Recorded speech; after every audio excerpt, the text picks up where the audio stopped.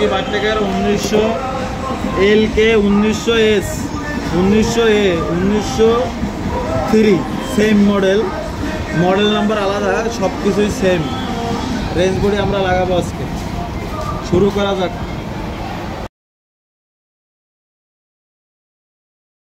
এখন আমরা saddle guide লাগাবো।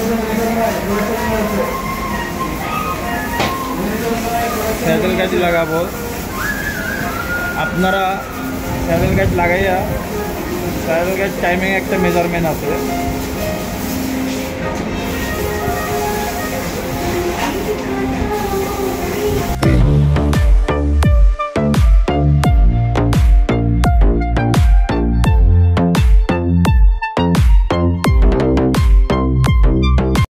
থাকবে গাইডটা সাপোর্ট। এটা যদি ঘষা খায় তাহলে নেডেলের সুতা কেটে যাবে এবং নেডেলও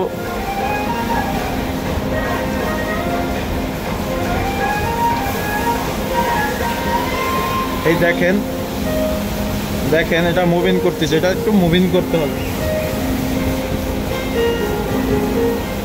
একটু মুভিং করতে হবে। কিন্তু এইদিকে যখন আসবে টাইমিংয়ে তখন এটা লড়বে না। এখন আমি ওইটা সেন্টার করলাম, এখন আমি এটা টাইমিং করব। দেখেন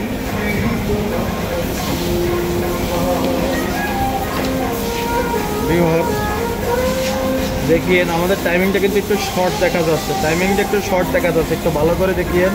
টাইমিংটা কিন্তু একটু শর্ট দেখা যাচ্ছে, এই জন্য আমি কি করবো, একটু লং করব। আমি একটু গ্যাপ কমাই দিব। এই দেখেন আপনারা, এখন এখানে কিন্তু 4 মিলি গ্যাপ আছে, দরকার আমি আর একদম বরাবর যদি 4 মিলি গ্যাপ দিই, 4 মিলি গ্যাপ দিয়ে হালকা টাইট দিলাম। দেখিয়েন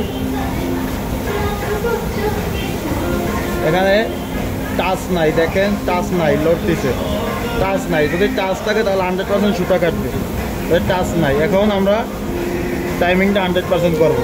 এই যে দেখেন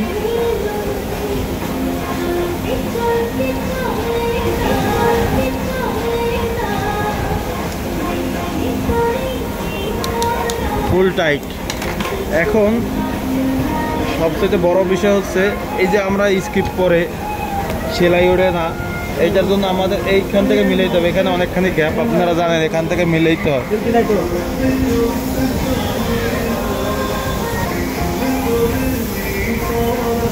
আমি টাইমিংটা মিলাইলাম, 5 মিনিট হয়ে গেছে ভিডিও। দেখেন পিওর একদম বরাবর 100% ওকে। ভালো করে ইয়ে করেন। এখন দেখেন এই যে